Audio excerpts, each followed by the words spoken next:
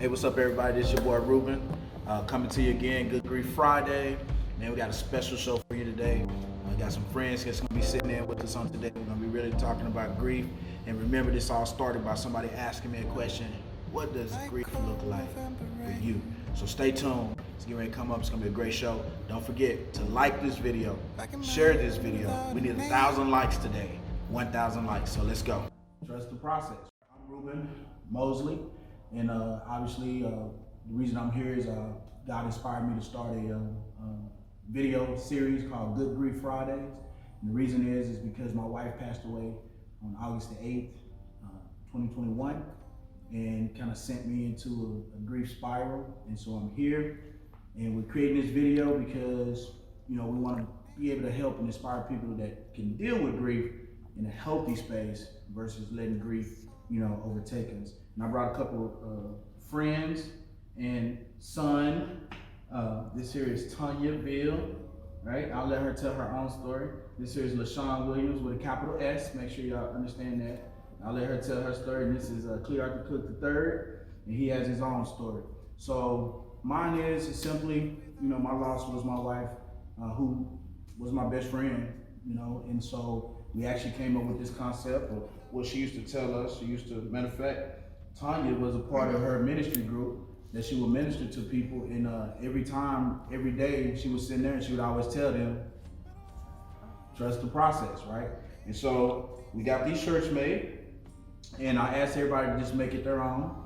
This shirt for me is an upside down broken heart, because grief has a way of turning your life upside down and also breaking your heart.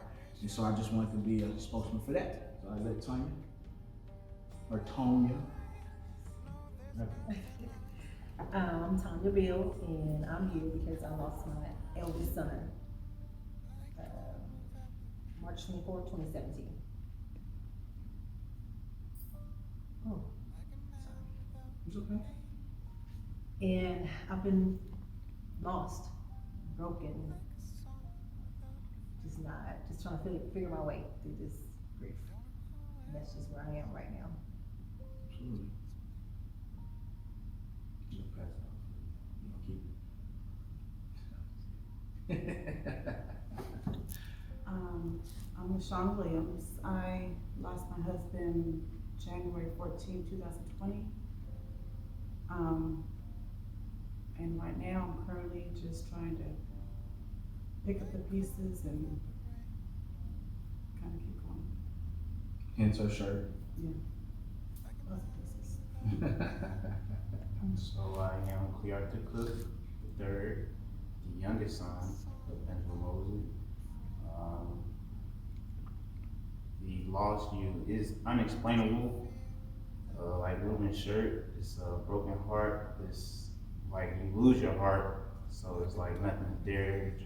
It's a void you can't feel, to be honest. So really can't explain what you lost. I haven't done anything to my shirt. I just want all her bracelets that she gave us. All her colorectal, fight cancer, get screened. All her bracelets she gave us. That's what's up. So you've met us, and we all got a story to tell. You know, I do want to kind of preface this by stating that, you know, neither one of us or none of us are in a completely healed state, but I do believe that you know, things like this kind of help us get to that place. You know, and grief is good. I mean, grief is good when it's done healthy, and I believe that. I'll start with, you know, kind of how I deal with my grief. You know, I'm gonna be very transparent because I believe Good Grief Fridays is about transparency. And when that moment hits me, when grief hits me, I embrace it and I keep going. Like, I embrace it. I just cry my eyes out. I put on some music that pertains to she and I just let it go. And that's how I deal with it. You know, these videos have not only inspired others, but they're really inspired me because I go back and watch the video and talk to myself. And so that's really how I kind of deal with it right now. Now that's today, you know, as many of us can tell you, we don't know what tomorrow looks like. We don't know what dealing with it tomorrow looks like, but I'll pass to Miss Tonya, you know. Oh, that's your name. All right. And how do you deal with it right now? Oh. Today? Today, Yes. well, I will say I'm in a better place, than I was years ago. I used to just have to get up, cry all day, sleep all day, just depressed, not knowing what to do, how to do it. I will say that I pray a lot, Mm. and that's where I get my strength from. And God has definitely helped me get to a better place. But it like I said, it's day by day. Absolutely. I mean, like you said, I can't tell you what tomorrow's gonna be like. Sometimes I can't even tell you what the next moment is gonna be like.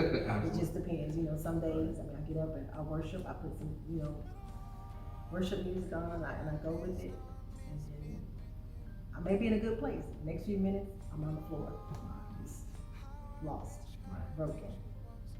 But, just mainly keep the faith, talking to God, asking for strength. And He has given me some peace It's good. to move forward. Ms. LaShawn, how do you deal with it today? That's our key word today. It's gonna be today. Well, like she said, I'm definitely dealing with it better today than I was at first. Didn't know how to feel at first. I didn't know what was okay to feel, what wasn't okay to feel. I kind of kept a lot of things bottled up and not really talking to anybody because I didn't feel like anybody could relate. But now, fast forward about almost 2 years later, I've just kind of, I mean, it's just day by day. I can't even say that I'm really just talking about it, praying. I know people are praying for me because I feel it. Just talking and just accepting it for what it is and trying not to just stay in one space. Like I just keep moving. That's good stuff right there. And Mr. Clee, you know, we're kind of fresh in this, you know, new to this. You know, how do you deal with it? How I deal with it is the very moment it happened, I just had to keep telling myself to just live through my mom. What I mean by that is I didn't want to do nothing the moment it happened for a couple weeks. So say my room's dirty and I didn't want to clean it up. I just want to sleep all day like they said. But in the back of my head, I'm knowing that if my mom walked in the room right then, she was like, why is your room dirty, boy, this and that, clean up. So I just had to keep pushing that way. And it is day by day. And stuff like that, like I'm a football player and I have a lot of sports fans, but through this process, those football fans can get you through life. And they say day by day, and I tell myself like 1%, just get better 1% at a time. So Yeah.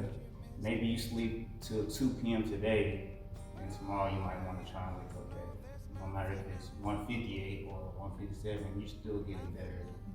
You know, the next day, just try to keep pushing yourself to just keep doing stuff. That's what Ruben told us at the beginning. Just keep fighting through. So as long as you do something better that you did today, you do something better tomorrow, you're still pushing through the grief. So, Wow, that's rich. that's how I look at it. That's rich. And that really speaks to, you know, really what this is all about. You know, we talked a little earlier, we were talking about her shirt. It's nice, you know, nice colors and stuff, but, you know, it's cool. Arts and craft, but we'll go with it. But what we talked about was, you know, that shirt represented pieces. And then many times in grief, you're just trying to pick up the pieces, but the key to it is you don't know where the pieces are. And so to your point, you know, getting 1% better, I love that. You know, getting 1% better every single day is, can I be 1% better? That's really just a sign of, okay, let me pick up the pieces. You know, let me pick up this piece over here. And that's really what that speaks to. That's good stuff. You know, I'll tackle the next one is you know, the world says grief looks the same, right? I mean, you had that conversation, right? You had a conversation with someone and they were like, well, why do you still feel the way you feel? And you're like, are you serious? You know? And I think we had that conversation, right? Why do you still feel the same way you feel? You should be at this place by now. And there's, you know, people tell you that, right? Well, I came up with this and said, you know, what realistic advice would you give, someone in your situation. We're sitting here with 4 different stories, 4 different relationships, 4 different, even Clea and myself, we have the same reason we're here, but the relationships were different. And so we're sitting here from 4 different views, but what would I tell someone who is dealing with what I'm dealing with? And this is what I would tell them is you got to push forward. And this is the thing. Whatever looks like forward for you is what you have to do. It's gonna be hard, it's gonna be difficult, but you have to push forward. Whatever that looks like. And the thing about it is, it's not for me to tell you what forward looks like for you. You have to decide what that is. For me, that changed the dynamics for me was somebody asked me a question. What does your grief look like? And I couldn't answer it. Like, well, I don't know. I never looked at it.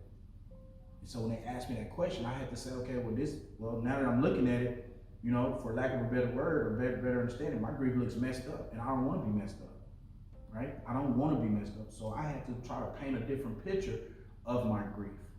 And that's what brought us here.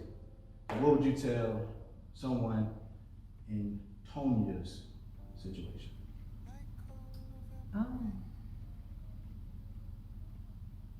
I guess just kind of like what you were saying, everybody's grief is different. My advice is to do what's best for yourself. Deal with it the best you know how. I mean, I had someone tell me before, my sister said, when my sister was children before, she said, oh, I gave myself X amount of time because I knew I had to move forward. But that may not work for me. Right. So I do have to give myself a certain amount of time when I say, okay, like as far as when I'm crying, I notice that it's not all day. Right. It may be just a few moments out of the day. But I allow myself to go through that, to deal with it. So I think how I would advise someone to deal with it, it's just like I said, do what's best for yourself. If you need to rest, if you need to take more time, if you, take off work, whatever it is that you have to do, there's no right or wrong way to do it.